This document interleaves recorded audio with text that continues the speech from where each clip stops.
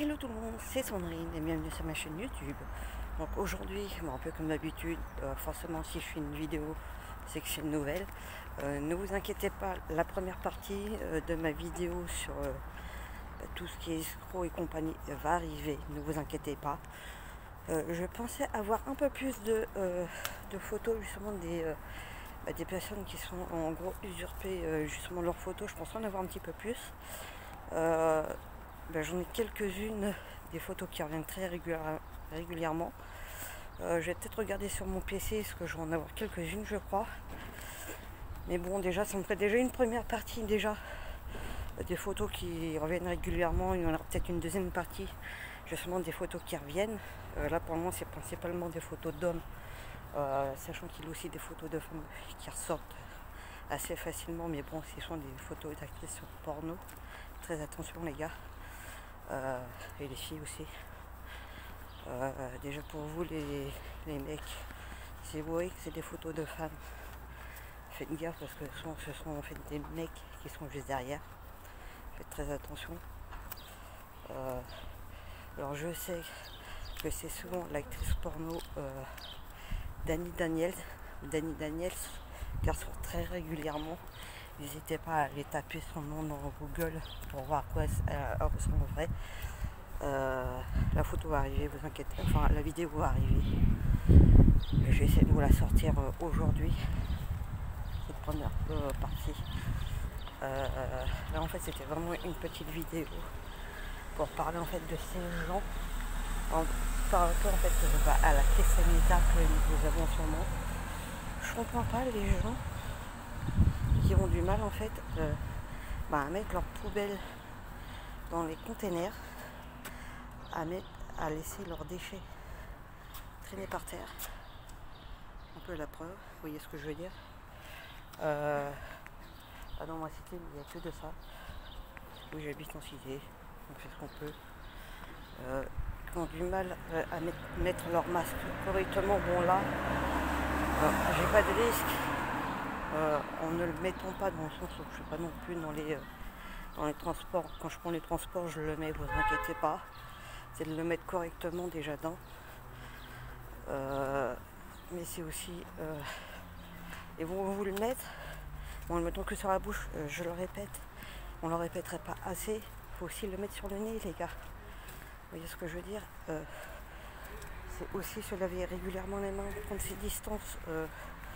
Tout à l'heure je suis rentré en bus, on nous met des autocollants dedans,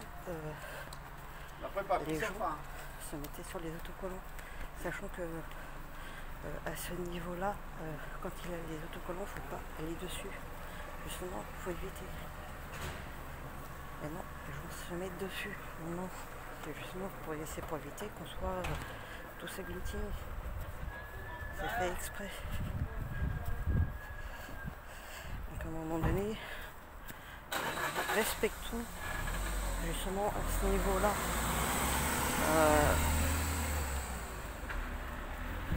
C'est pareil, parce que j'ai vu ça là tout à l'heure en revenant, le mec n'a pas respecté à ce niveau-là, non. À un moment donné, non.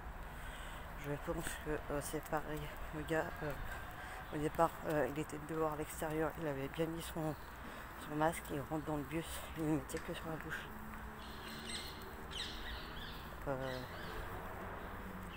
Ouais, sauf que en le retirant, en le mettant en moitié correctement, en fait, il protégeait même pas ses enfants d'une certaine manière, qui étaient jeunes. Mais ses enfants, le fait que ses enfants le mettaient correctement, en fait, protégeaient leur père et non pas eux. C'est ça qu'il faut comprendre, c'est que quand on met un masque, le fait qu'on le mette nous correctement, on ne se protège pas nous-mêmes, mais on protège les autres. C'est ça qu'il faut comprendre. Il y a les gants aussi en plastique à usage en gros unique, ne servent strictement à rien. Faut se l'avouer, on a tendance à les garder parce que ça nous rassure, mais non, parce que on a tendance déjà à les garder, à dire ça nous protège, mais non, pas du tout. Parce que justement, on a tendance à pas du tout se laver les mains, C'est comme quand on n'a pas nos gants, on touche à tout. Et du coup, bah, on se contamine les mains. Forcément, parce qu'on touche à tout. Et au moins, quand on n'a pas les gants, on a tendance vraiment à se laver les mains. Vous voyez ce que je veux dire? Tandis que quand on a nos gants, on ne se lave pas les mains. C'est pire. Il faut se mettre bien ça dans la tête. Mais non. Donc, arrêtez avec vos putains de gants qui ne servent strictement à rien. Mais non. Moi, je sais que là, à la fin du mois, le 30 mai, j'ai rendez-vous chez mes pédicures podologues parce que j'ai besoin d'un soin pédicure. Alors oui, vous allez me dire, ouais, tu peux te couper les ongles des orteils.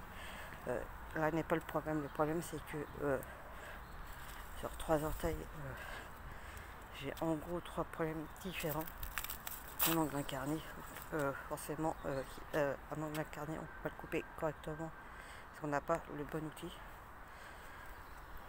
Surtout avec juste un coupe-ongle. J'ai le gros orteil, c'est pareil, il est sur un des côtés, je ne peux pas le couper correctement parce que si je le fais, vraiment que le coupe-ongle, j'ai plus me l'abîmer qu'autre chose, donc non, c'est pas la peine. Sachant qu'il recommence à être sensible quand il a une certaine longueur. Et j'ai un autre orteil qui pousse normal, si c'est pas le souci, c'est qu'il a tendance sur un des côtés à avoir un bout d'ongle qui fait sa vie tranquille, qui pousse aussi. Donc le meilleur moyen en fait pour qu'il soit coupé, on va dire correctement, vraiment en gros à la base, je pense que c'est ce qui est fait, et que je sois pas gêné moi en mettant des chaussettes et que je me blesse pas aussi au niveau de l'orteil, c'est ça aussi. Bah, je suis obligée de voir un ou une pédicure, donc c'est vrai que j'ai tendance à dire une pédicure, je pense un peu comme tout le monde. C'est vrai qu'on a tendance à penser, je pense, que c'est un métier de femme, un peu comme les sages-femmes en fait, alors que je pense qu'il y a aussi sûrement des hommes qui font ce métier-là aussi, qui sont certes rares, mais qui le font aussi. Donc voilà, je pense que des fois, dans certains cas, il vaut mieux passer par un professionnel ou une professionnelle de santé et d'y aller, au moins c'est bien coupé. Aussi, petit truc, si jamais vous êtes diabétique, ça peut être remboursé apparemment par la sécurité sociale, mais apparemment il faudrait voir avec son médecin traitant